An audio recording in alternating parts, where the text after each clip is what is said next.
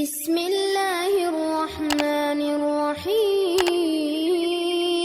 வார்த்தைகளில் சிறந்தது அல்லாஹுடைய வார்த்தை என்றும், வழிகாட்டுதலில் சிறந்தது நபிகள் நாயகம் ஸல்லல்லாஹு அலைஹி வஸல்லம் அவர்களுடைய வழிகாட்டுதல் என்றும், ஒவ்வொரு பித்அத்தான காரியங்களும் வழிகேடுகள் அனைத்தும் உங்களை நரகில் கொண்டு போய் சேர்க்கும் என்று நபிகள் நாயகம் ஸல்லல்லாஹு அலைஹி வஸல்லம் அவர்கள் தங்களுடைய ஒவ்வொரு சொற்பொழிவின் துவக்கத்திலும் இந்த மனித சமுதாயத்திற்கு நினைவுறுத்தியதை சிறப்புமிக்க இந்த நல்ல சந்தர்ப்பத்தில் அல்லாஹ்வினுடைய ஆலயத்தில் ஒன்று கூடி இருக்கின்ற உங்களது சிந்தனையிலும் அந்த நபிமொழியை நினைவுபடுத்தி எனதுரையை ஆரம்பம் செய்கின்றேன். இணை வைத்தல், பித்அத்துகள், அனாச்சாரங்கள், மூட பழக்க வழக்கங்கள், சடங்கு சம்பிரதாயங்களை விட்டும் அமல்களை பாழாக்கி மறுமை நாளில் நரகத்திற்கு அழைத்து செல்லுகின்ற அனைத்து தீய எண்ணங்கள், நடவடிக்கைகளை விட்டும் நம் எல்லோரையும் அல்லாஹ் பாதுகாத்து அல்லாஹ்வினுடைய மார்க்கத்தில் சொல்லப்பட்ட சட்டதிட்டங்களுக்கு ஏற்ப நம்முடைய வாழ்வை நாம் அமைத்து மரணிக்கும் பொழுது உண்மை முஸ்லீமாக மரணித்து மறுமை நாளில் வெற்றி பெறுகின்ற ஒரு கூட்டத்தில் அல்லாஹ் நம் எல்லோரையும் எழுப்பி சொர்க்கத்தில் நபிமார்களோடு அல்லாஹ் நம் அனைவர்களையும் ஒன்று சேர்ப்பானாக. அன்பிற்கும் பாசத்திற்கும் உரிய தாய்மார்களே, சகோதரர்களே, பெரியோர்களே, இவ்வருட ரமலானுடைய மாதத்தின் முதல் நோன்பை நோற்றுவிட்டு இரண்டாவது நோன்புக்காக வேண்டி நாமெல்லாம் ஆயத்தமாகி கொண்டிருக்கின்றோம். இந்த நல்ல நேரத்தில் இஸ்லாமிய மார்க்கத்தினுடைய ஐம்பெரும் கடமைகளில் ஒன்றான ஜக்காத்தினுடைய ஒரு சில விபரங்களை இன்றைய தினம் நாம் அறிந்து கொள்ள கடமைப்பட்டிருக்கின்றோம். பொதுவாகவே அல்லாஹ் எப்பொழுதெல்லாம் தொழ வேண்டும் என்று கட்டளையிடுகின்றானோ அப்பொழுதெல்லாம் நாம் தொழுகின்றோம். அல்லாஹ் எப்பொழுதெல்லாம் நோன்பு நோற்க சொல்லுகின்றானோ அப்பொழுதெல்லாம் நம்மால் இயன்றவரை நோன்பு நோக்கின்றோம். வசதி படைத்தவர்களின் மீது ஹஜ்ஜு கடமை என்று அல்லாஹ் எப்பொழுது நம் மீது ஹஜ்ஜை கடமையாக்கினானோ அப்பொழுதே நம்மால் இயன்றவரை பொருளாதாரங்களை திரட்டி ஆரோக்கியத்தோடு இருக்கிற காலத்திலேயே அந்த ஹஜ்ஜையும் நாம் எல்லாம் நிறைவேற்றி விடுகின்றோம். ஆனால் இந்த மனித சமுதாயத்தில் தொழுகை என்கிற அந்த வணக்கத்தை நிறைவேற்றுகிற அளவுக்கு, நோன்பை பேணுகிற அளவுக்கு அல்லாஹ்வுடைய பாதையில் தர்மங்கள், ஜக்காத்துகள் கொடுக்கிற மக்கள் மிக மிக குறைவு என்பது ஒரு வேதனைக்குரியது. என்ன காரணம் என்றால், தொழுகைக்காக வேண்டி நாம் நேரம் ஒதுக்கிறோம் என்பதை தவிர எந்த ஒரு இழப்பும் நமக்கு ஏற்பட போவதில்லை. ரமலானுடைய மாதத்தில் நோன்பு நோக்கிறோம் என்றால் உணவையும் உணர்வையும் பானத்தையும் கொஞ்சம் ஒதுக்கி வைத்து தியாகம் செய்கிறோம் என்பதுதானே தவிர நமக்கு மிகப்பெரிய இழப்பொன்றும் ஏற்பட போவதில்லை. ஆனால் ஜக்காத்து தர்மங்கள் என்று வரும் பொழுது நமக்கு நாம் சம்பாதித்த பொருளாதாரங்களை வெறுமனே தூக்கி கொடுக்க மனம் வர தயங்குகின்றது. காரணம், இந்த உலகத்தில் மனிதன் ரெண்டை மிகப்பெரிய அளவிலே நேசிக்கிறான். ஒன்று பொருளாதாரம், இன்னொன்று அவனுடைய உயிர். மனிதன் எவ்வளவு பெரிய முதுமை அடைந்தாலும் நீண்ட காலம் வாழ வேண்டும் என்கிற ஒரு ஆசையும், கடைசி வரை பொருளாதாரத்தை சம்பாதிக்க வேண்டும் என்கிற ஒரு எண்ணமும் மனிதனுடைய உள்ளத்தில் எப்பொழுதும் இளமையாகவே இருந்து கொண்டிருக்கின்றது. பொருளாதாரத்திற்காக வேண்டிதான் மனிதன் இந்த உலகத்தில் எல்லா அநியாயங்களையும் செய்கிறான், அக்கிரமங்களையும் செய்கிறான். இறைவன் தடுத்த அனைத்து காரியங்களையும் துணிச்சலாக மனிதன் ஏன் செய்கிறான் என்றால் பொருளாதாரத்தின் மீதுள்ள ஒரு மோகம்தான். நீண்ட காலம் ஆரோக்கியத்தோடு உயிர் வாழ வேண்டும் என்கிற ஒரு ஆசை. அல்லாஹ்வுடைய பாதையில் செலவு செய்தல் என்பது நம்முடைய இருதயத்தின் ஒரு பகுதியை அறுத்து கொடுப்பதை போல் ஒரு உணர்வு நம்முடைய உள்ளத்தில் ஏற்பட்டு விடுகின்றது. ஆகவேதான் அல்லாஹ்வுடைய பாதையில் செலவு செய்கிற மக்கள் இந்த மனித சமுதாயத்தில் மிக மிக குறைவு.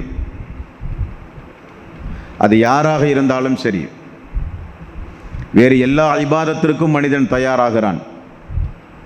அழைப்பு பணி என்றால் ஓடோடி வருகிறார்கள். எல்லா நலப்பணிகளிலும் முன்வரிசையிலே நின்று பணியாற்றுகிறார்கள். தங்களுடைய சொத்தை வருடத்திற்கு ஒரு முறை கணக்கு பார்த்து ஏழை எளிய மக்களுக்கு சேர வேண்டிய தொகையை செலுத்துகிறார்களா என்றால் இல்லை என்பதுதான் சங்கடத்திற்குரிய ஒரு காரியம். நபிகள் நாயகம் ஸல்லல்லாஹு அலைஹி வஸல்லம் அவர்கள் கூறினார்கள், முஸ்லிம் என்கிற நபிமொழி தொகுப்பில் 1893வது நபிமொழியாக நீங்கள் பார்க்கலாம். யஹ்ரம் இப்னு ஆதம், ஆதமுடைய மகன் முதுமை அடையும் போது வத்தஷிப்பு மின் ஹுஸ்னதானி, 2 குணங்கள் மட்டும் அவனிடத்தில் இளமையாகவே இருக்கின்றது என்கிறார்கள் ரசூல் ஸல்லல்லாஹு அலைஹி வஸல்லம். மனிதன் முதுமை அடைந்தாலும் 2 குணங்கள் அவனுடைய உள்ளத்தில் எப்பொழுதும் பசுமை போல இளமையாகவே இருக்குமாம். அது என்ன 2 குணங்கள்? அல் ஹிர்சு அலல் மாலி, பொருளாதாரத்தின் மீதுள்ள ஒரு பேராசை. வல் ஹிர்சு அலல் உமிரி, நீண்ட காலம் வாழ வேண்டும் என்கிற ஒரு ஆசை. இந்த 2 குணங்களும் மனித உள்ளங்களில் மனிதன் என்னதான் முதுமை அடைந்தாலும் அவனுடைய உள்ளத்தில் அது எப்பொழுதும் பசுமை போல இளமையாகவே இருக்கும் என்று ரசூலுல்லாஹி ஸல்லல்லாஹு அலைஹி வஸல்லம் அவர்கள் கூறுகிறார்கள். 9வது அத்தியாயத்தின் 111வது வசனம், மனிதன் எதை அதிகமாக நேசிக்கின்றானோ, மனிதன் எதற்காக வேண்டி இந்த உலகத்தில் எல்லா அநியாயங்களையும் செய்கின்றானோ, மனிதன் எதற்காக வேண்டி இந்த உலகத்தில் அல்லாஹ் ஏவிய வணக்க வழிபாடுகளை விட்டும் பின்தங்கிய நிலையில் வாழ்கின்றானோ, அந்த 2ஐ அல்லாஹ் ரப்புல் ஆலமீன் மையமாக வைத்து இன்னல்லாஹ் அஸ்தரா மினல் முஃமினீன அன்ஃபுஸஹும் வ அம்வாலஹும் பிஅன்ன லஹுமுல் ஜன்னah, உங்களுடைய உயிர்களையும் உங்களுடைய பொருளாதாரத்தையும் எனக்கு நீங்கள் தந்தால் உங்களுக்கு நான் சொர்க்கம் தருவேன் என்று அல்லாஹ் ரப்புல் ஆலமீன் கூறுகிறான். நாமெல்லாம் சொர்க்கத்தை விரும்புகிறவர்கள். அது உண்மையானால் இந்த வியாபாரத்திற்கு நாம் எல்லாம் தயாராக வேண்டும் என்று அல்லாஹ் நம்மை அழைக்கின்றான். இன்னல்லாஹ் அஸ்தரா மினல் முஃமினீன அன்ஃபுஸஹும் வ அம்வாலஹும் பிஅன்ன லஹுமுல் ஜன்னah, உங்களுடைய பொருளாதாரத்தையும் உங்களுடைய உயிரையும் எனக்கு நீங்கள் தந்தால் உங்களுக்கு நான் சொர்க்கம் தருவேன் என்று அல்லாஹ் சொல்கிறான். நம்மிடத்தில் இருக்கிற பொருள்கள் எல்லாம் அற்பமான பொருள், நாம் நேசிக்கிறோம் என்பதுதானே தவிர சொர்க்கத்தோடு ஒப்பிட்டு பார்த்தால் மிக மிக அற்பமான பொருள். அல்லாஹ் விலைமதிக்க முடியாத, எந்த கண்ணும் பார்த்திராத, எந்த உள்ளமும் கற்பனை செய்திராத, எந்த செவியும் முழுமையாக கேட்டிராத, மரணமில்லாத, பலகீனமில்லாத, முதுமையில்லாத, எப்பொழுதும் இளமையோடே எல்லாவற்றையும் அனுபவிக்கக்கூடிய சொர்க்கத்து பேரின்பத்தை அல்லாஹு தஆலா உங்களுக்கு நான் தருகிறேன். நீங்கள் நான் கேட்கும் பொழுதெல்லாம் பொருளாதாரத்தை தந்தால், நீங்கள் நான் கேட்கும் பொழுது உங்களுடைய உயிர்களை நீங்கள் எனக்கு அர்ப்பணித்தால் உங்களுக்கு நான் சொர்க்கத்தை தருவேன் என்று அல்லாஹ் ரப்புல் ஆலமீன் சொல்கிறான். இந்த வியாபாரத்திற்கு சஹாபாக்கள் தயாரானார்கள். எப்பொழுதெல்லாம் அல்லாஹ் அழைத்தானோ, அல்லாஹுடைய ரசூல் அழைத்தார்களோ, அப்பொழுதெல்லாம் ஏன், எதற்கு, எங்கு என்றெல்லாம் கேட்காமல் புறப்பட்டார்கள். எத்துணை நாள் செல்கிறோம், எந்த ஊருக்கு செல்கிறோம், திரும்ப வர முடியுமா, வர முடியாதா என்கிற எந்த கேள்வியும் சஹாபாக்கள் கேட்கவில்லை. புறப்படுங்கள் என்றால் புறப்படுவார்கள், வாருங்கள் என்றால் வருவார்கள். அல்லாஹ்வுடைய பாதையிலே செலவழிங்கள் என்று அல்லாஹுடைய ரசூல் பல மணி நேரமெல்லாம் பேச மாட்டார்களாம். ஏதாவது கிராமப்புறத்திலே இருந்த மக்கள் மஸ்ஜிது நபவிக்குள் ஏழ்மை நிலையோடு பள்ளி வாயிலுக்குள் வந்தால் ரசூல் ஸல்லல்லாஹு அலைஹி வஸல்லம் முகமெல்லாம் மாறிவிடும். 4வது அத்தியாயத்தின் 1வது வசனத்தை அல்லாஹுடைய ரசூல் எடுத்து ஓத ஆரம்பிப்பார். ஓதிய உடனே அல்லாஹுடைய ரசூல் இதற்குத்தான் இந்த வசனத்தை ஓதுகிறார் என்பதை தெரிந்த உடனே, வசனம் ஓதி முடிந்தவுடன் பள்ளியில் ஒரு மனிதர் கூட இருக்க மாட்டார்களாம். எல்லாம் அவரவர்களுடைய வீடுகளுக்கு சென்று தங்களால் இயன்ற பொருளாதாரங்களை எல்லாம் எடுத்து வந்து ஒரு 5 நிமிடம் 10 நிமிடத்திற்குள் மஸ்ஜிது நபவியினுடைய ஒரு ஓரத்தில் பொற்குவியல் உருவாகி விடுமாம். அதை ஏழை எளியவர்களெல்லாம் வாங்கி செல்வார்களாம். அல்லாஹ் கேட்டுவிட்டானே, உங்களுடைய உயிர்களையும் உங்களுடைய பொருளாதாரத்தையும் எனக்கு நீங்கள் தந்தால் நான் உங்களுக்கு சொர்க்கம் தருவேன் என்று அல்லாஹ் கூறிவிட்டானே என்பதற்காக வேண்டி சஹாபாக்கள் அல்லாஹ் கேட்கும் பொழுதெல்லாம் கொடுத்து உதவினார்கள். அதைத்தான் அல்லாஹு தாலா நபிகள் நாயகம் ஸல்லல்லாஹு அலைஹி வஸல்லம் அவர்கள் கூறினார்கள். முஸ்லிம் என்கிற நபிமொழி தொகுப்பில் 1815வது நபிமொழி, கால் அல்லாஹு தபாரக வ தஆலா, உயர்வும் மாண்புமிக்க அல்லாஹ் கூறுகிறானாம், யா இப்னு ஆதம், ஆதமுடைய மகனே, அன்ஃபிக் உன்ஃபிக் அலைக்க, எனக்கு நீ செலவு செய்தால் உனக்கு நான் செலவு செய்வேன். என்னுடைய பாதையில் நீ செலவு செய்தால் உன்னை நான் கண்ணுங்கருத்தமாக பார்த்து உனக்கு நான் செலவு செய்வேன் என்று அல்லாஹ் கூறுகிறான். உனக்கு நான் செலவு செய்வேன் என்று சொன்னால் என்ன பொருள்? நாம் எந்த துறையை நாம் மேற்கொண்டாலும், வியாபாரம் முதற்கொண்டு வீட்டு செலவினங்கள் வரை, உணவு முதற்கொண்டு பானங்கள் வரை, எதற்காக வேண்டி நாம் செலவழித்தாலும் அதிலே ஒரு அபிவிருத்தி ஏற்படும். அபிவிருத்தி, பர்க்கத் என்றால் என்னவென்றே யாருக்குமே தெரியாது. பர்க்கத் என்றால் அதிகமாக வாரி வாரி கொடுப்பது என்று எல்லோரும் நினைத்து கொண்டிருக்கிறார்கள். அதுவல்ல பர்க்கத் என்பது. பர்க்கத் என்றால் குறைந்த பொருளில் அதிக தேவையை நிறைவேற்றுவது. குறைந்த பொருளில் நம்முடைய அதிகப்படியான தேவைகளை மன நிறைவோடு நிறைவேற்றுவதற்கு பெயர்தான் பர்க்கத். அதைத்தான் அல்லாஹ் சொல்கிறான், ஆதமுடைய மகனே, எனக்கு நீ மட்டும் செலவு செய்தால் உனக்கு நானும் செலவு செய்வேன் என்று அல்லாஹ் ரப்புல் ஆலமீன் சொல்கிறான். மேலும் முஸ்லிம் என்கிற நபிமொழி தொகுப்பில் 1845வது நபிமொழி, நபிகள் நாயகம் ஸல்லல்லாஹு அலைஹி வஸல்லம் அவர்கள் அவ்வப்பொழுது பெண்களுக்கும் ஆண்களுக்கும் நினைவுபடுத்துகிற ஒரு செய்தி, மனிஸ்ததா மின்கும் அன் யஸ்தத்திர மினன் நார், நரக நெருப்பிலிருந்து உங்களை நீங்கள் பாதுகாத்துக் கொள்ளுங்கள். வலவ் பிசிக்கி தம்ரத்தின் ஃபல் யஃப்அல், அது ஒரு காய்ந்த பேரித்தம்பழத்தை தர்மம் செய்தாவது, காய்ந்த பேரித்தம்பழத்தை தர்மம் செய்தாவது நரக நெருப்பிலிருந்து உங்களை நீங்கள் பாதுகாத்துக் கொள்ளுங்கள் என்று நபிகள் நாயகம் ஸல்லல்லாஹு அலைஹி வஸல்லம் அவர்கள் அடிக்கடி மக்களுக்கு நினைவுபடுத்துவார்கள். 2வது அத்தியாயம் 254வது வசனத்தில் அல்லாஹ் ரப்புல் ஆலமீன் சொல்கிறான், யா அய்யுஹல்லதீன ஆமனு, ஈமான் கொண்டவர்களே, அன்ஃபிகூ மிம்மா ரஸக்னாக்கும் மின் கபிலி அய்யத்திய யௌமல்லா பைஉன் ஃபீஹி வலா ஹுல்லத்துன் வலா ஸஃபாஅத்துன் வல் காஃபிரூன ஹுமுல் ஸாலிமூன். நம்பிக்கை கொண்டவர்களே, பேரமோ நட்புறவோ பரிந்துரையோ இல்லாத நாள் வருவதற்கு முன்னால் நாம் உங்களுக்கு வழங்கிய பொருளாதாரத்திலிருந்து செலவு செய்யுங்கள் என்று அல்லாஹ் சொல்கிறான். நான் வழங்கிய பொருளாதாரத்திலிருந்து. திருக்குரான் வசனத்தினுடைய ஒவ்வொரு வார்த்தையும் அர்த்த புஸ்தியோடு அல்லாஹ் பயன்படுத்துகிறான். பொதுவாக மனிதன் பொருளாதாரம் என்னுடையது என்னுடையது என்று சொல்லுவான். அது மிகப்பெரிய தவறு. அதை அடைய நீங்களும் நானும் முயற்சி எடுத்தோமே தவிர அது தந்தவன் ரப்புல் ஆலமீன். அதைத்தான் நான் சொல்கிறான். எந்த வகையான பேரமோ நட்போ பரிந்துரையோ உபகாரமோ செய்ய முடியாத அந்த நாள் வருவதற்கு முன்னால் நான் உங்களுக்கு வழங்கிய பொருளாதாரத்திலே இருந்து என்னுடைய பாதையில் செலவு செய்யுங்கள் என்று அல்லாஹ் ரப்புல் ஆலமீன் சொல்கிறான். ஆனால் சைத்தான் விடுவானா? 2வது அத்தியாயத்தின் 268வது வசனத்தில் அல்லாஹ் சொல்கிறான், அஸ்ஸைத்தானு யஈதுகுமுல் ஃபக்ர வ யஅமுருக்கும் பில் ஃபஹ்ஷா. சைத்தான் வறுமையை பற்றி உங்களுக்கு பயமுறுத்துகிறான், வெட்கக்காடானதை செய்ய உங்களுக்கு தூண்டுகிறான் என்று அல்லாஹ் சொல்கிறான். அல்லாஹ்வுடைய பாதையில் செலவு செய்ய நீங்கள் முன்வந்தாலும் உங்களை முன்வர விடமாட்டான் சைத்தான், பயமுறுத்துவான். நீ சம்பாதித்த பொருளாதாரத்தை இப்படி பள்ளிக்கு சென்று வாரி வாரி கொடுக்கின்றாயே, வருடத்திற்கு ஒரு முறை கணக்கு பார்த்து ஏழை எளிய மக்களுக்கு கொடுக்கிறேன் என்கிற பெயரில் இப்படி நீ கஷ்டப்பட்டு உழைத்து சம்பாதித்தை உனக்கு மனைவி இருந்தும் மக்கள் இருந்தும் இந்த உலகத்தில் ஆடம்பரமாக நீ வாழ்வதற்கு உடைய உடம்பிலே ஆரோக்கியம் இருந்தும் எப்படியெல்லாமோ இந்த உலகத்தில் செல்வச் செழிப்போடு வாழ்கிற ஒரு நிலையும் வசதி வாய்ப்பும் நீ பெற்று இப்படி அல்லாஹ்வுடைய பாதை என்று சொல்லி வாரி வாரி செலவு செய்கிறாயே என்று வறுமையை குறித்து உங்களுக்கு நினைவுபடுத்துகிறான். கொடுத்து கொடுத்து இழந்து விடுவோமோ, கொடுத்து கொடுத்து கொண்டே இருந்தால் வியாபாரம் நஷ்டமாகி விடுமோ, கேட்கிற பொழுதெல்லாம் கொடுத்து கொடுத்தே இருந்தால் நம்முடைய மனைவி மக்கள் எல்லாம் கையேந்திய வேண்டிய நிலைமை ஏற்படுமோ என்கிற ஒரு அச்சத்தை சைத்தான் உண்டாக்கி வெட்கக்கேடானதை செய்ய சைத்தான் தூண்டுகிறான் என்று அல்லாஹ் திருக்குர்ஆனிலே சொல்கிறான். உண்மைதானே? அல்லாஹ்வுடைய பாதையில் செலவு செய்தல் என்று வரும் பொழுது நம்முடைய மனோநிலையும், நம்முடைய சொந்த வாழ்க்கையில் நாம் செலவு செய்யும் போது நமக்கு இருக்கிற மனோநிலையும் நீங்களே எடை போட்டு பார்த்தால் உண்மை, யதார்த்த உண்மை உங்களுக்கு தெரிந்துவிடும்.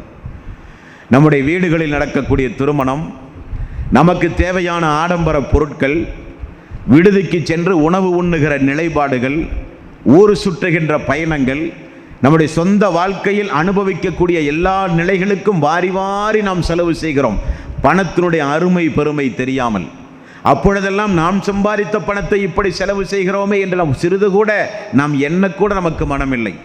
ஆனால் அல்லாஹ்வுடைய பாதையில் ஒரு 100 ரூபாய் எடுக்கும் பொழுது நமக்கு ஏற்படுகிற ஒரு தயக்கம், 100 ரூபாயை கொடுக்கிறோமே, 500 ரூபாயை போய் கொடுக்கிறோமே, 1000 ரூபாயை கொடுக்கிறோமே, இது இருந்தால் நம்முடைய மனைவி மக்களுக்கு எவ்வளவு செல்வச் செழிப்போடு சுகபோக வாழ்க்கை வாழலாம், இது இருந்தால் நம்முடைய பிள்ளைகளுக்கு எப்படிப்பட்ட சுகபோகமான செல்வாக்கான வாழ்க்கையை நாம் வாழலாம் என்று ஆணுக்கும் பெண்ணுக்கும் சைத்தான் அப்படிப்பட்ட எண்ணங்களை ஏற்படுத்துகிறான் என்றும் அல்லாஹ் அவனுடைய அருள்மறையாம் திருமறை குர்ஆனிலே சொல்கிறான்.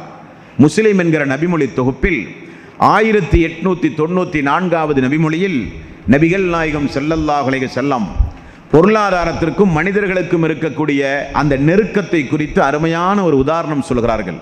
லவ்கான இப்னு ஆதம், ஆதமுடைய மகனுக்கு வாதியானி மின் மாலின், 2 தங்க ஓடைகள் ஓடினாலும் சரி, நபிகள் நாயகம் ஸல்லல்லாஹு அலைஹி வஸல்லம் அவர்கள் சொன்னார்கள், ஆதமுடைய மகனுக்கு 2 தங்க ஓடை ஓடினாலும் லபுத்தா வாதியன் தாலிதன், 3வது ஒரு தங்க ஓடை தனக்கு ஓடாதா என்று நினைப்பான் மனிதன். வலா யம்லு ஜௌஃப் இப்னு ஆதம் வலா யப்லு ஜௌஃப் இப்னு ஆதம் இல்ல துராப். ஆதமுடைய மகனுடைய அந்த பேராசை எப்பொழுது முற்று பெறும் தெரியுமா? அவனை மண்ணறையில் கொண்டு போய் வைக்கும் பொழுது என்றார்கள் ரசூல் ஸல்லல்லாஹு அலைஹி வஸல்லம். மண்ணறையை சந்திக்கின்ற வரை. அதைத்தான் அல்லாஹ் திருக்குர்ஆனில் அல்ஹாக்குமுத் தகாசுர் ஹத்தா ஜுர்துமுல் மகாபிர், மண்ணறையை சந்திக்கின்ற வரை மனிதனுக்கு பேராசை இருந்து கொண்டே இருக்கும் என்று அல்லாஹ் திருக்குர்ஆனிலே சொல்கிறான். அதைத்தான் ரசூலுல்லாஹி ஸல்லல்லாஹு அலைஹி வஸல்லம் அவர்கள் சொன்னார்கள், வலா யம்லு ஜௌஃப் இப்னு ஆதம், ஆதமுடைய மகனுக்கு இல்ல துராப், மண்ணை தவிர வேறு எதுவும் அவனை நிரப்பாது என்றார்கள் ரசூல் ஸல்லல்லாஹு அலைஹி வஸல்லம். உண்மையான இறை விசுவாசி யார் தெரியுமா? ஒரு உண்மையான இறை விசுவாசி யார் என்று ரசூல் ஸல்லல்லாஹு அலைஹி வஸல்லம் அவர்கள் கூறும்போது, முஸ்லிம் என்கிற நபிமொழி தொகுப்பில் 1898வது நபிமொழியாக நீங்கள் பார்க்கலாம். லைசல் இனா அன் கஸ்ரத்தில் அரளி, வாழ்க்கை வசதிகள் அதிகமாக ஒரு மனிதனுக்கு இருப்பது அது செல்வம் அல்ல என்று ரசூல் ஸல்லல்லாஹு அலைஹி வஸல்லம் அவர்கள் சொன்னார்கள். செல்வம் எது தெரியுமா? எது செல்வம்? எல்லா வசதி வாய்ப்புகளையும் பெற்று அசையும் சொத்தாக, அசையாத சொத்தாக, நிறைய வாகனங்கள், வீடு, நகைகள் என்று நிறைய சொத்துக்களோடு ஒரு மனிதன் வாழ்கிறான், அவன் செல்வந்தன் அல்ல. ரசூல் ஸல்லல்லாஹு அலைஹி வஸல்லம் அவர்கள் சொன்னார்கள். வேறு யார் செல்வந்தன்? வலக்கின்னல் இனா இனன் நஃப்ஸி, போதுமென்ற மனத்தை யார் அடைகிறானோ அவன்தான் மிகப்பெரிய மல்டி மில்லியனர். ரசூல் ஸல்லல்லாஹு அலைஹி வஸல்லம் அவர்கள் சொன்னார்கள். காரணம், வெட்டவெளி மைதானத்தால் காற்றுக்களால் புரட்டி அடிக்கப்படுகின்ற இறகு போன்றது மனிதனுடைய மனம், அலைவாய்ந்து கொண்டே இருக்கும். எப்பொழுதும் மனிதனுடைய மனதிற்கு ஒரு முடிவே இருக்காது. அதைத்தான் ரசூல் ஸல்லல்லாஹு அலைஹி வஸல்லம் அவர்கள் சொன்னார்கள், வலக்கின்னல் இனா இனன் நஃப்ஸி, யாருக்கு போதுமென்ற மனம் யாருக்கு உண்டுமோ அவர்கள்தான் உண்மையான செல்வந்தர்கள் என்று ரசூல் ஸல்லல்லாஹு அலைஹி வஸல்லம் அவர்கள் சொன்னார்கள். அல்லாஹு தஆலா நமக்கு என்ன குறை வைத்திருக்கிறான் என்று நாம் நினைத்து பார்க்க வேண்டும். நபிகள் நாயகம் ஸல்லல்லாஹு அலைஹி வஸல்லம் அவர்கள் பேராசை குணம் நமக்கு வராமல் இருக்க, பணத்தின் மீதுள்ள மோகம் நமக்கு ஏற்படாமல் இருக்க, காசு பணத்திற்கு நான் அடிமையாகாமல் இருக்க, நான் சம்பாதித்த பணம் எனது கட்டுப்பாட்டுக்குள் இருக்க வேண்டுமே தவிர பணத்திற்கு நான் கட்டுப்பட்டு விடக்கூடாது. விடுபட்டால் மனிதன் பைத்தியக்காரனாக மாறிவிடுவான். அவன் இறைவனை நினைக்க மாட்டான், இறைவனுக்கு செய்ய வேண்டிய வணக்க வழிபாட்டை செய்ய மாட்டான், எல்லா ஹராமான காரியங்களையும் துணித்து செய்வான். ஆகவேதான் ரசூல் ஸல்லல்லாஹு அலைஹி வஸல்லம் அவர்கள் சொன்னார்கள், போதும் என்ற மனம் யாருக்கு உண்டுமோ அவர்கள்தான் மிகப்பெரிய செல்வந்தர்கள் என்றார்கள். அல்லாஹுடைய ரசூல் எப்பொழுதும் நமக்கு ஒரு அருமையான ஒரு வழிமுறையை சொல்லித் தருவார்கள். அலைந்து திரிந்து காசு பணம் பேராசையோடு இந்த உலகத்தில் அலைந்து திரியாமல் எப்பொழுதும் அல்லாஹுவை நினைத்து பார்ப்பதற்கு அருமையான ஒரு வழிமுறையை சொன்னார்கள். நீங்கள் எப்பொழுதும் உங்களுக்கு மேல் உள்ளவர்களை மட்டும் பார்க்காதீர்கள், உங்களுக்கு கீழ் உள்ளவர்களை பாருங்கள். வீதியிலே நடந்து செல்லும் பொழுது நமக்கு கீழே உள்ள கால் ஊனமோடு நடக்க முடியாத எத்தனையோ மக்கள் வீதிகளிலே நடந்து செல்வதை பார்த்து, அல்லாஹ் எனக்கு இந்த 2 காலை தந்தானே, கண் தெரியாத மனிதனை பார்த்து ரசிக்க எனக்கு அல்லாஹ் 2 கண்ணை தந்தானே, நம்முடைய அனைத்து அலுவல்களையும் செய்து முடிக்க கையை அல்லாஹ் ரப்பல் ஆலமீன் தந்தானே, விலை மதிக்க முடியாத ஆரோக்கியத்தை தந்தானே, எத்தனையோ பேர்களுக்கு அல்லாஹ் வாரி வாரி கொடுத்து அனுபவிக்க முடியாமல் வைத்திருக்கிறான்.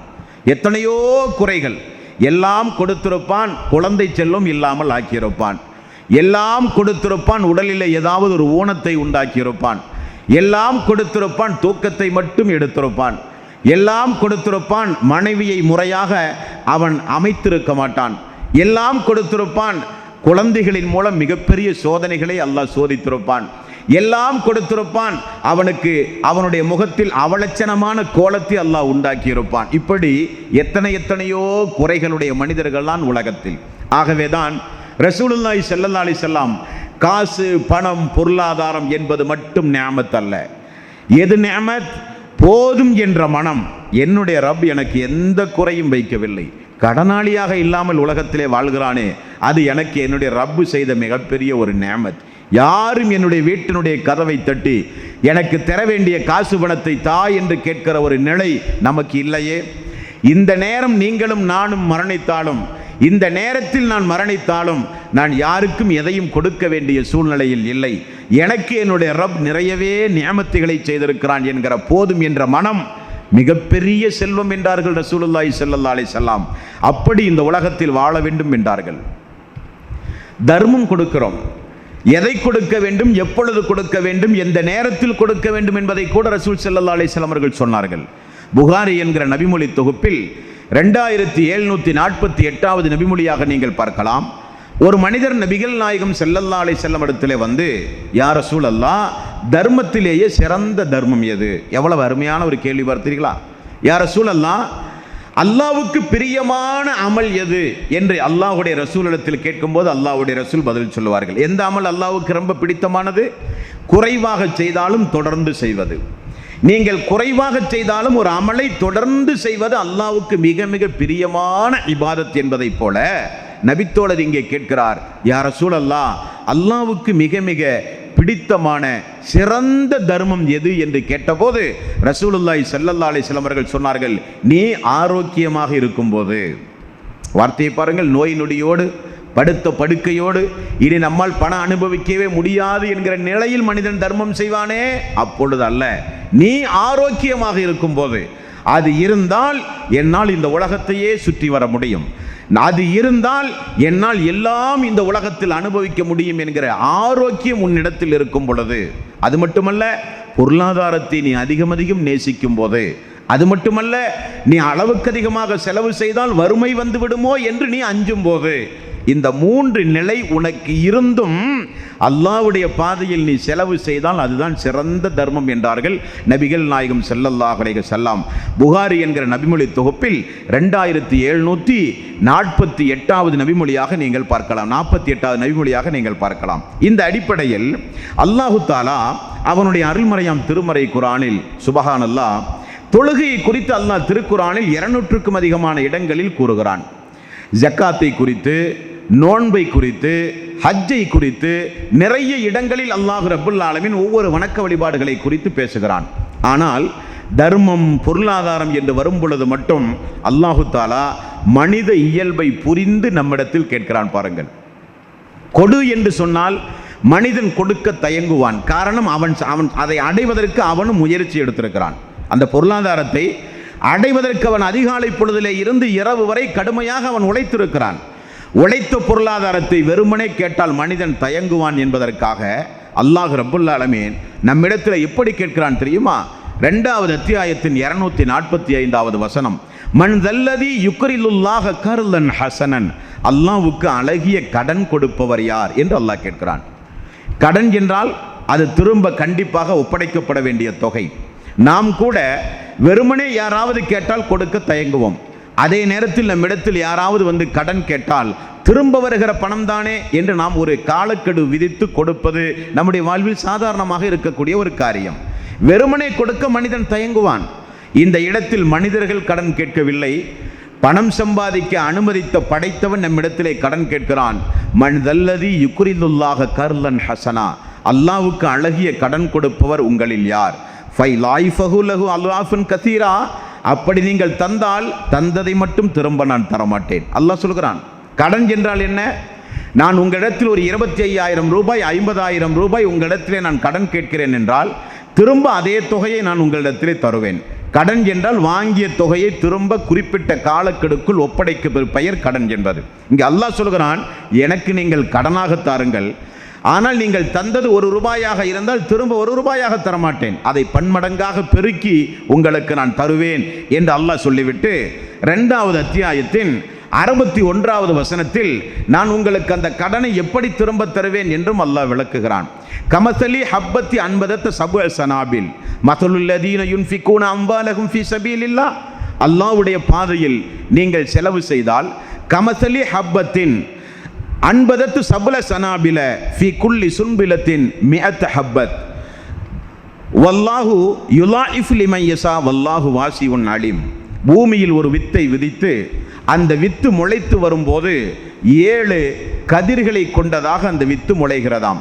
ஒவ்வொரு கதிரிலும் 100 தானியம் அதிகலாம்.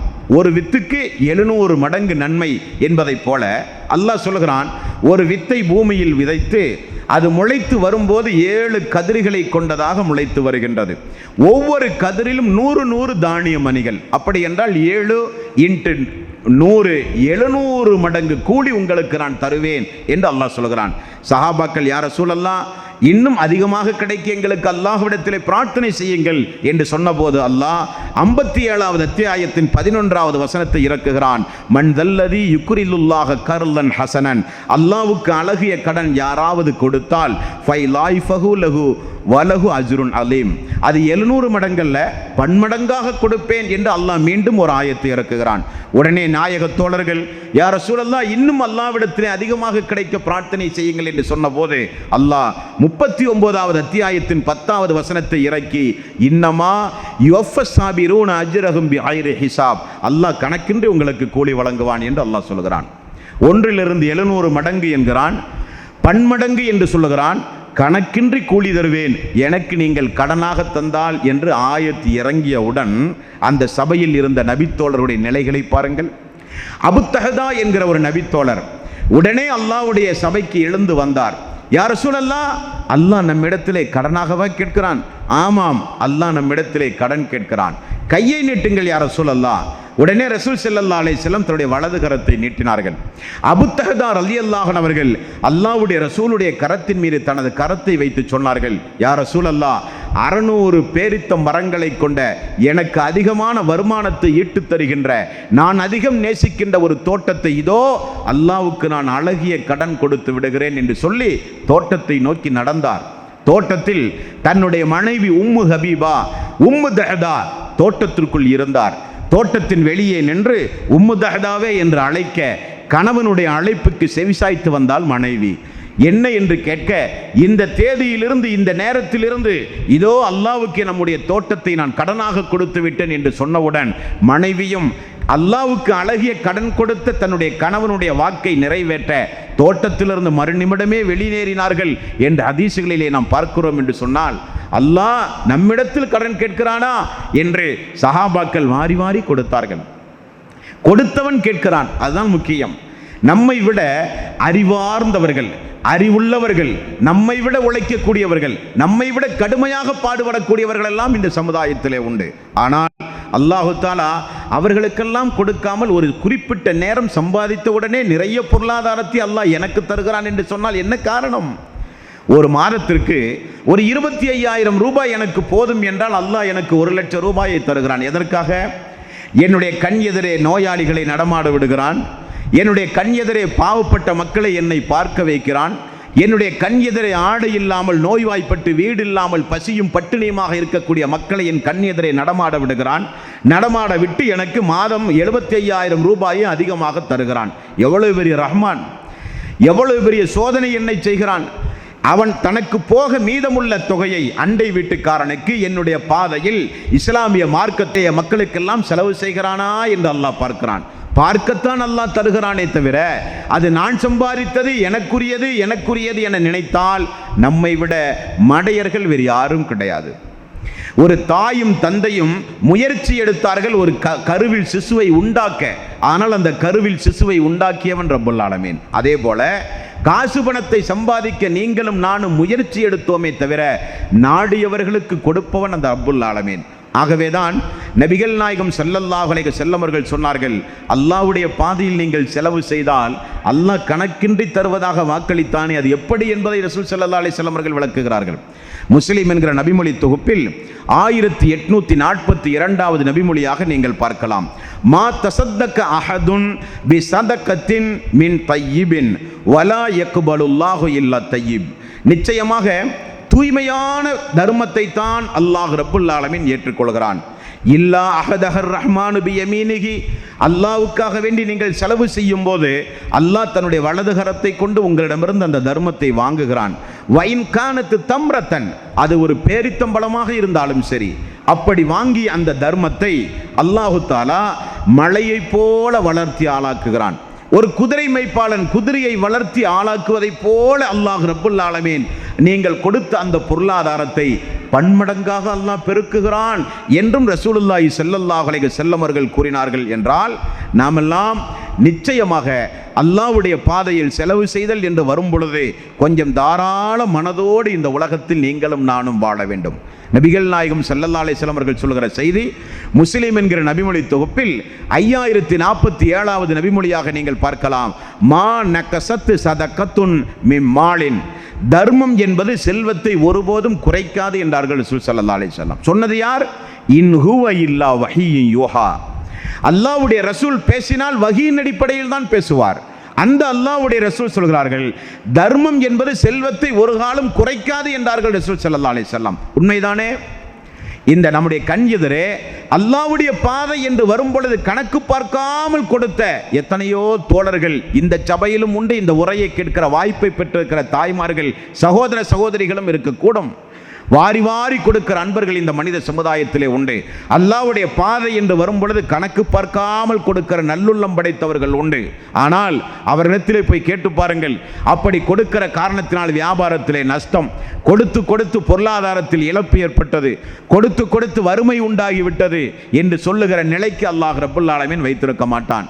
அவர்கள் அல்லாஹ்வுடைய பாதையில் ஒருபுறம் செலவு செய்ய இனி ஒருபுறம் அல்லாஹ் ரப்புல் ஆலமீன் அவர்களுக்கே தெரியாமல் வாரி வாரி கொடுத்து இந்த மனித சமுதாயத்தில் ஒரு அந்தஸ்தோடு வாழ வைத்திருக்கிறானே தவிர கொடுக்க போய் செல்வம் குறைந்ததாக எந்த சரித்திரமும் உலகத்திலே கிடையாது.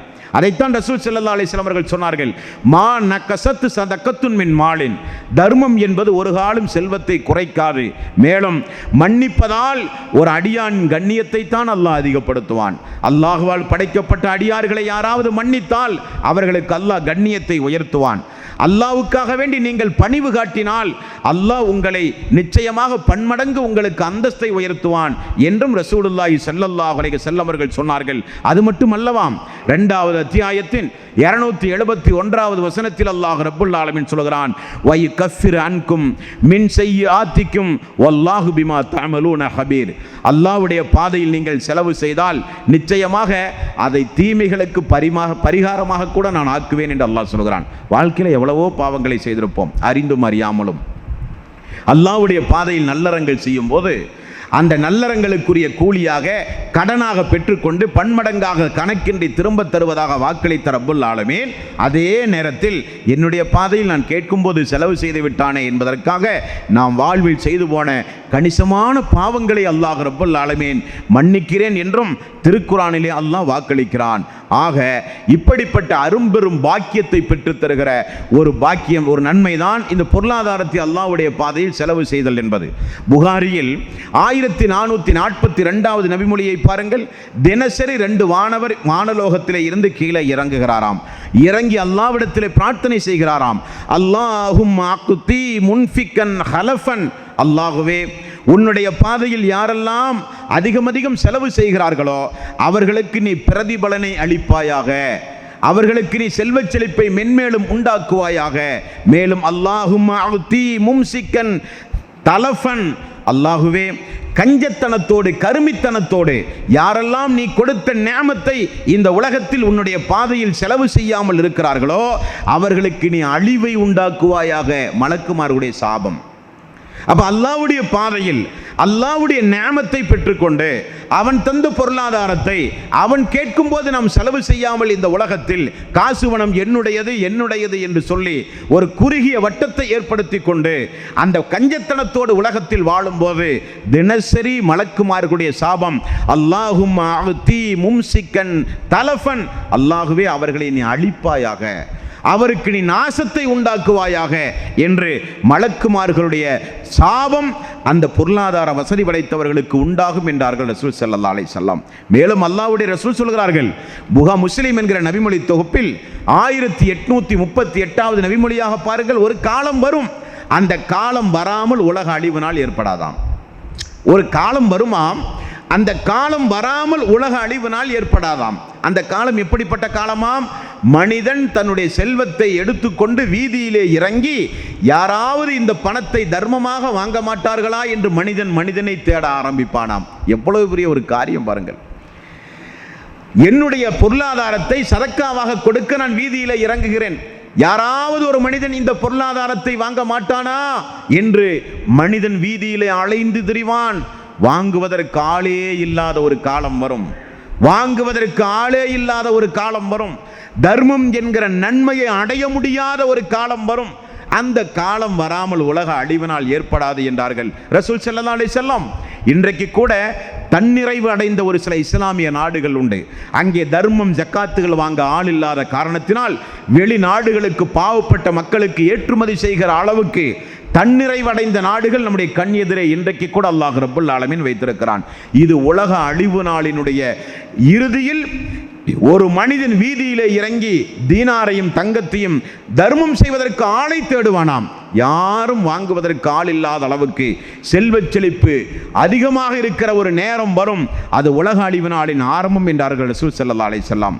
மேலும் அல்லாஹ் அவனுடைய அருள்மறையாம் திருமறை குர்ஆனில் 15வது அத்தியாயம் 3வது வசனம், தருகும் யஅகுலு வயதமத்தஉ வயுல்ஹிஹுமுல் அமலு ஃபஸௌஃப யஅலமூன், அவர்கள் உண்டு சுகித்து ஆசை அவர்களை திசை திருப்புமாறு அவர்களை விட்டுவிடுங்கள், நிச்சயமாக அவர்கள் பின்னை அதை அறிந்து கொள்வார்கள் என்று அல்லாஹ் கூறிவிட்டு 92வது அத்தியாயம் 11வது வசனம், வமா யுக்னி அன்ஹு மாலுஹு இதா தரத்தா, அவன் விழும்போது நிச்சயம் அவனுடைய செல்வம் அவனை பாதுகாக்காது என்று அல்லாஹ் அவனுடைய அருள்மறையாம் திருமறை குர்ஆனிலே சொல்கிறான்.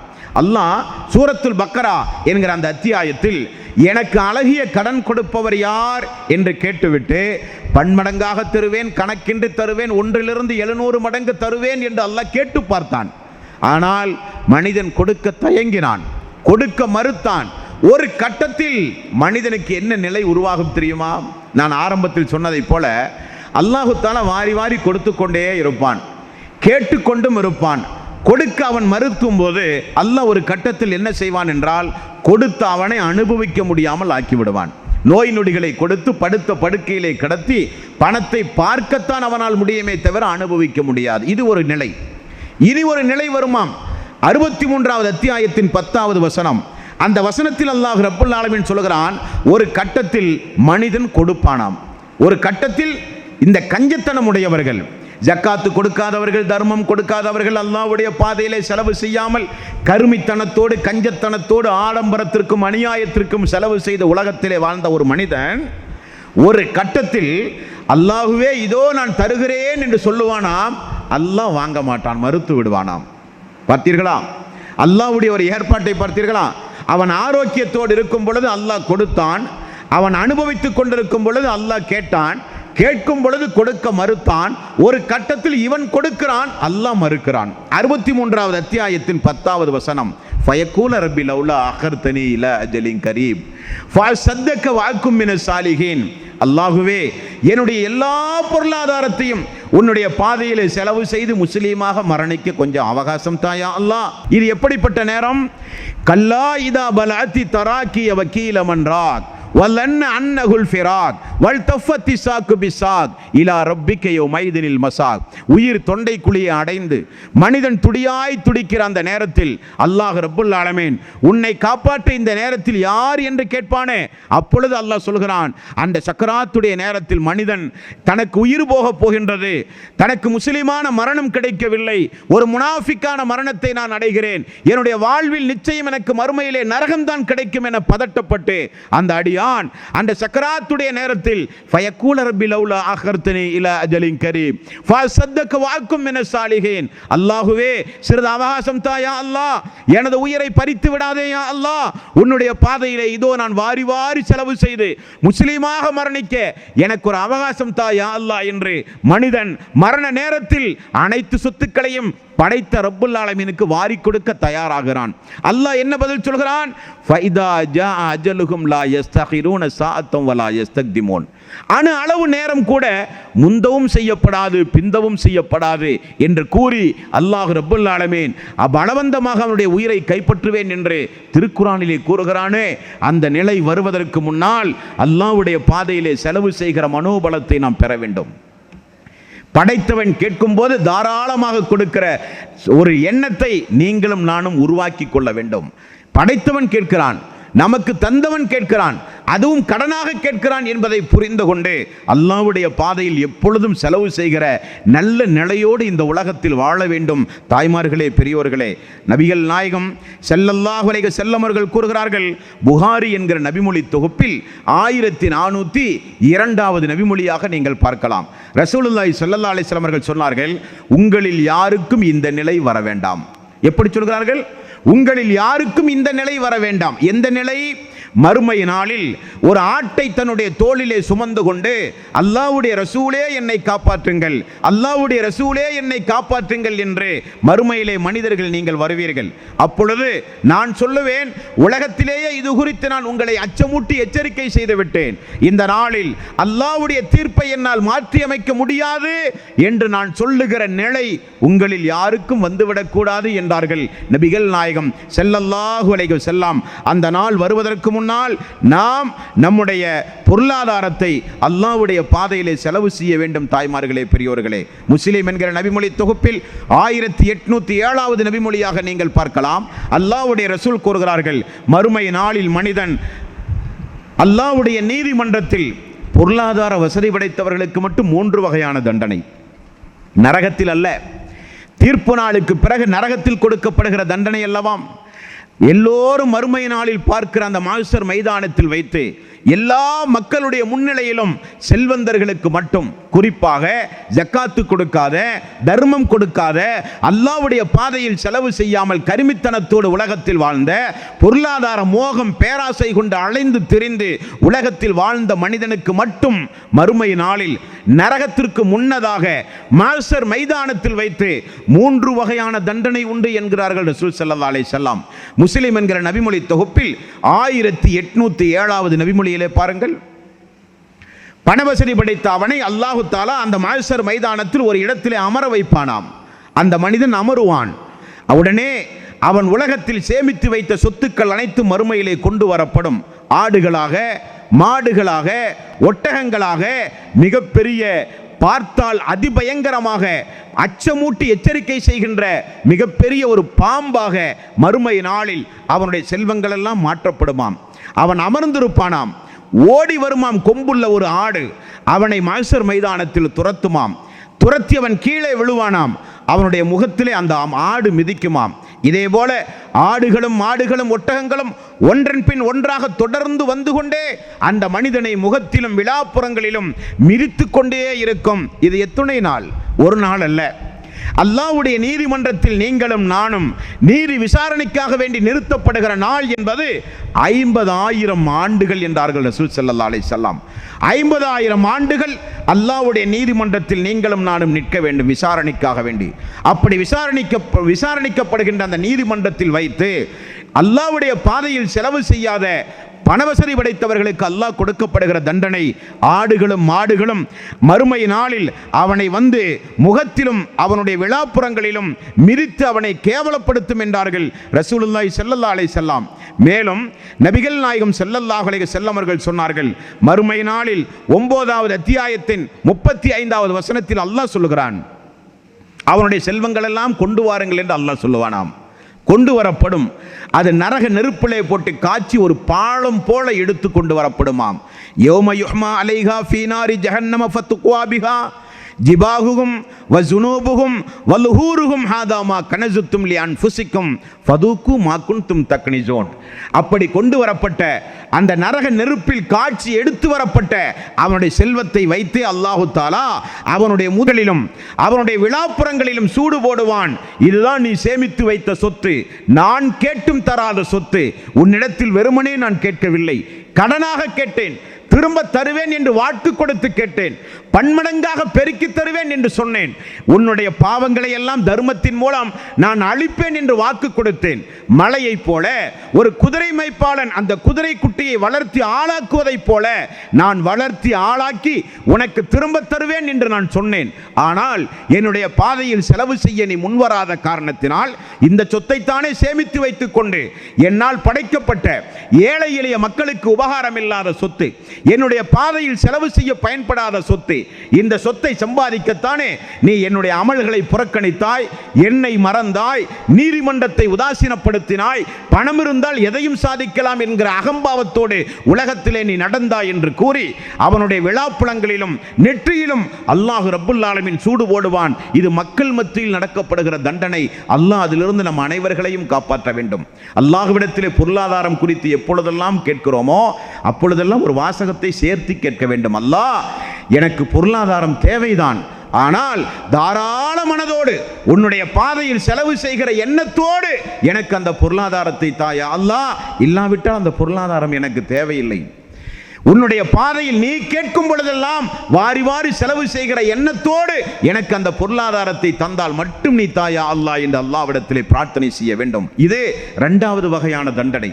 முதல் தண்டனை ஆடுகளும் மாடுகளும் அவனை ஏறி மிதித்து கேவலப்படுத்துகிற ஒரு தண்டனை.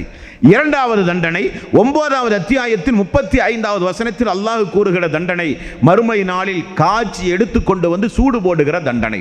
மூன்றாவது தண்டனையை பாருங்கள். புகாரியில் 4659வது நபிமொழியில் ரசூலுல்லாஹி ஸல்லல்லாஹு அலைஹி வஸல்லம் அவர்கள் சொன்னார்கள், யகூனு கன்சு அஹதிக்கும் யௌமல் கியாமத்தி சுஜாஅன் அக்ரா. மறுமை நாளில் உங்களுடைய செல்வங்கள் எல்லாம் மிகப்பெரிய நச்சு வாய்ந்த ஒரு பாம்பாக மாற்றப்படுமாம். சுபஹானல்லாஹ். அந்த பாம்பினுடைய நெற்றியில் 2 புள்ளிகள் இருக்கும். அந்த பாம்பு மறுமையில் அவனை துரத்தும். அவன் ஓடுவான் மாஸ்டர் மைதானத்தில் அந்த பாம்பை கண்டு. அது இறுதியில் அவனுடைய காலை பிடிக்கும், தலையை சுற்றும். அவனுடைய கடவாய் பல்லை அவனுடைய கடவாயை பிடித்துக் கொண்டு அந்த பாம்பு பேசுமாம், இதுதான் நீ சேமித்து வைத்த சொத்து, இதுதான் பாவப்பட்ட ஏழை எளிய மக்களுக்கு உதவாத சொத்து, இப்படிப்பட்ட சொத்தை தான் நீ உலகத்திலே சேமித்து வைத்துக் கொண்டாய் என்று நபிகள் நாயகம் ஸல்லல்லாஹு அலைஹி வஸல்லம் அவர்கள் கூறுகிற செய்தி நாம் புகாரி, முஸ்லிம் போன்ற பல கிரந்தங்களில் பார்க்க முடிகின்றது. அல்லாஹ்வுடைய ரசூல் சொல்கிறார்கள், புகாரியில் 6547வது நபிமொழி, நான் சொர்க்கத்தை சென்று பார்த்தேன், அங்கே ஏழைகள் தான் அதிகம். நான் சொர்க்கத்தினுடைய வாசலை திறந்து பார்த்தேன், அங்கே ஏழைகள் தான் அதிகம். வசதி படைத்தவர்கள் எல்லாம் மறுமை நாளில் விசாரணைக்காக வேண்டி நிறுத்தப்பட்டிருக்கிறார்கள் என்றார்கள் அல்லாஹ்வுடைய ரசூல். மேலும் நபிகள் நாயகம் ஸல்லல்லாஹு அலைஹி வஸல்லம் அவர்கள் சொன்னார்கள், முஸ்லிம் என்கிற நபிமொழி தொகுப்பில் 5699வது நபிமொழி, மறுமை நாளில் செல்வந்தர்களுக்கு முன்னால் ஏழைகள் 40 வருடத்திற்கு முன்னதாகவே சொர்க்கம் சென்று விடுவார்களாம். 40 ஆண்டு காலத்திற்கு முன்னதாகவே ஏழை எளிய மக்கள் செல்வந்தர்களை காட்டிலும் சொர்க்கம் சென்று விடுவார்கள் என்றும் நபிகள் நாயகம் ஸல்லல்லாஹு அலைஹி வஸல்லம் அவர்கள் கூறிய செய்தி ஹதீஸ்களிலே நம்மால் பார்க்க முடிகிறது. என்றால் செல்வத்தை பொறுத்தவரையில் அல்லாஹ் திருக்குர்ஆனில் 2 இடங்களில் 2 மாதிரியான காரியங்களை சொல்கிறான். ஒன்று, அது என்னுடைய ஃபضல் என்று சொல்கிறான், அது என்னுடைய நிஅமத், நான் நாடியவர்களுக்கு நான் கொடுத்தது என்னுடைய அருள் என்று ஒரு பக்கம் சொல்லுகிறான். இனி ஒரு பக்கம் சொல்லுகிறான், நான் சோதிப்பதற்காக வேண்டி கொடுத்திருக்கிறேன் என்று சொல்கிறான். நம்முடைய கையில் இருக்கிற பொருளாதாரத்தை வைத்து நாம் பயன்படுத்துகிற முறையில் மறுமையிலே வெற்றியும் தோல்மையும் தீர்மானிக்கப்படும் என்பதை மட்டும் நாம் மறந்துவிடக்கூடாது. அல்லாஹு தாலா என்னை திடீரென தேர்வு செய்து எனக்கு பொருளாதாரத்தில் மிகப்பெரிய ஒரு செல்வ செழிப்பையும் வசதி வாய்ப்பையும் அல்லாஹ் உண்டாக்குகிறான் என்றால் உடனே நான் என்னை பக்குவப்படுத்திக் கொள்ள வேண்டும். அல்லாஹ் ஏன் என்னை மட்டும் தேர்வு செய்து தருகிறான்? எதற்காக வேண்டி தருகிறான்? சோதிக்க தருகிறானா? அந்த பொருளாதாரத்தை கொண்டு எப்படி இந்த உலகத்தில் நான் வாழுகிறேன் என்று அல்லாஹ் என்னை பார்க்கிறானா என்றெல்லாம் மிகுந்த ஜாக்கிரதையோடு உலகத்திலே வாழ வேண்டும். நிறைய பேரை பார்க்கிறோம், வறுமையில் இருக்கும் பொழுது பாங்கு சொன்னவுடன் முதல் சஃபிலே வந்து அமர்ந்து தொழுது அல்லாஹ்விடத்திலே மன்றாடி கேட்பார்கள். கேட்டுவிட்டானே என்னுடைய அடியான் என்று சொல்லி அருள் வாசலின் மெல்ல திறந்து விட்டால் பள்ளிக்கு பக்கமே ஆளே இருக்காது. அப்படித்தானே? பொருளாதாரம் கிடைக்கும் போல கிடைக்கிற வரை பள்ளியிலே அழுது தொழுவது, நோன்பு வைப்பது, தஸ்பீஹ் செய்வது, எல்லா வணக்க வழிபாட்டையும் மனிதன் செய்வான். அல்லாஹ் கொஞ்சம் கொடுத்து பார்ப்பான், இபாதத்துகளை மறந்து விடுவான், அல்லாஹுவை மறந்து விடுவான், எல்லா ஹராமான காரியங்களையும் மனிதன் செய்து விடுவான். பொருளாதார சோதனையில் தோற்று போன மக்கள் தான் அதிகம். அப்துர் ரஹ்மான் இப்னு அவுஃப் எவ்வளவு பெரிய ஒரு நபித்தோழர், எவ்வளவு பெரிய ஒரு நபித்தோழர். அந்த அப்துர் ரஹ்மான் இப்னு அவுஃப் ஒரு நாள் நோன்பு திறக்கும் பொழுது அந்த நோன்பு திறக்கிற பேரித்தங்கனிகள் உயர் ரகமான உணவுகளை எல்லாம் பார்த்து அழுகிறார், தேம்பி தேம்பி அழுகிறார். சஹாபாக்கள் எல்லாம் கேட்டார்கள், ஏன் நீங்கள் அழுகிறீர்கள் என்று. அப்துர் ரஹ்மான் இப்னு அவுஃப் அவர்கள் சொன்னார்கள், அல்லாஹ் ரெண்டை கொண்டு எங்களை சோதித்தான். ஒன்று, அடி உதைகள் வாங்கி பல்வேறு துன்பங்களுக்கு மத்தியில் அல்லாஹ் எங்களை சோதித்தான். எல்லா தோழர்களும் அந்த சோதனையிலே வீறு நடை போட்டு வெற்றி கொண்டார்கள். அதே நேரத்தில் அல்லாஹ் நாங்கள் மதீனா வந்த பிறகு அல்லாஹ் வாரி வாரி கொடுத்து பொருளாதாரத்தை கொண்டு சோதித்தான். நிறைய பேர்கள் அந்த சோதனையில் தோற்று போனார்கள் என்றார்கள் அப்துர் ரஹ்மான் இப்னு அவுஃப். ஆகவே பொருளாதாரம் என்பது அல்லாஹ் சோதிக்கவும் கொடுப்பான், நிஅமத்தாகவும் கொடுப்பான். நானும் நீங்களும் எப்படி அந்த பொருளாதாரத்தை பெற்று அல்லாஹ்வுடைய பாதையில் செலவு செய்கிறோமோ அதற்கு ஏற்றவாறு தான் மறுமையில் அது நமக்கு மிகப்பெரிய பலனை பெற்று தரும் என்பதில் இரண்டாவது கருத்திற்கே இடமில்லை. ஆகவே மீண்டும் உங்களுக்கு நான் ஞாபகப்படுத்துவது, எல்லா இபாதத்துகளில் எந்த அளவுக்கு ஆர்வம் காட்டுகிறோமோ அதே போல இந்த ரமலானுடைய மாதத்தில் அல்லாஹ்வுடைய பாதையில் செலவு செய்வதிலும் கொஞ்சம் ஆர்வம் காட்டுங்கள். நான் நேற்றைய தினம் கூறியதை போல ரமலான் அல்லாத காலங்களில் நாம் செய்கிற நற்கர்மங்களுக்கும் ரமலானுடைய காலங்களில் செய்கிற நற்கர்மங்களுக்கும் நிறைய வித்தியாசங்கள் உண்டு, நிறைய நன்மைகள் உண்டு, மிகப்பெரிய பாக்கியமும் உண்டு. ஆகவே புனிதமிக்க ரமலானுடைய இந்த மாதத்தில் எப்பொழுதெல்லாம் அல்லாஹ்வுடைய பாதையில் செலவு செய்யுங்கள் என்று சொல்லப்படுகின்றதோ, செலவு செய்கிற வாய்ப்பை நீங்கள் பெறுகின்றீர்களோ அந்த நேரத்தில் வாரி வாரி அல்லாஹ்வுடைய பாதையிலே செலவு செய்யுங்கள். கொடுப்பவர்கள் யாரும் குறைந்ததாக சரித்திரம் கிடையாது. அல்லாஹ் கண்ணுங்கருத்துமாக உங்களை பார்ப்பான். அல்லாஹ் பன்மடங்காக கணக்கின்றி உங்களுக்கு அல்லாஹ் திரும்ப தருவான் என்கிற நபிமொழிக்கேற்ப நாம் நம்முடைய வாழ்வை அமைத்து கொள்ள வேண்டும். பொதுவாக தர்மம் என்பது நம்முடைய பாவங்களை மன்னிப்பது மட்டுமல்ல, அல்லாஹ்வுடைய கோப பார்வையிலிருந்து நம்மை காப்பாற்றுவதற்கு உதவும் என்றார்கள் ரசூல் ஸல்லல்லாஹு அலைஹி வஸல்லம். காய்ந்த பேரித்தம்பழத்தையாவது அல்லாஹ்வுடைய பாதையிலே செலவு செய்து நரகத்திலிருந்து உங்களை நீங்கள் பாதுகாத்து கொள்ளுங்கள் என்கிற செய்தியை அல்லாஹ்வுடைய ரசூல் எப்போ சொன்னார்கள் தெரியுமா? ஒரு பெருநாள் தினத்தில் ஆண்களுக்கு உரை நிகழ்த்திவிட்டு பிலால் அவர்களுடைய தோளின் மீது சாய்ந்து பெண்களுடைய பகுதிக்கு சென்று ரசூல் ஸல்லல்லாஹு அலைஹி வஸல்லம் தாய்மார்களை பார்த்து சொன்னார்கள், நான் சொர்க்கத்தினுடைய வாசலை திறந்து பார்த்தேன், ஜிப்ரீல் காண்பித்தார், அங்கே ஏழைகள் தான் அதிகமாக இருந்தார்கள். அதே நேரத்தில் நரகத்தையும் திறந்து எனக்கு காண்பித்தார், அங்கே பெண்கள் அதிகமாக இருந்தார்கள். ஆகவே காய்ந்த பேரித்தம்பழத்தையாவது தர்மமாக கொடுத்து நரக நெருப்பிலிருந்து உங்களை நீங்கள் பாதுகாத்துக் கொள்ளுங்கள் என்று தாய்மார்களுக்கு விசேஷமாக சொன்னார்கள் நபிகள் நாயகம் ஸல்லல்லாஹு அலைஹி வஸல்லம். ஆகவே அல்லாஹ் நமக்கு தந்த பொருளாதாரத்தை அல்லாஹ்வுடைய பாதையில் வாரி வாரி செலவு செய்கிற மனோபலத்தை அல்லாஹ் உங்களுக்கும் எனக்கும் தந்து உதவுவானாக. வா ஆகிர தௌவானா அனில் ஹம்துலில்லாஹி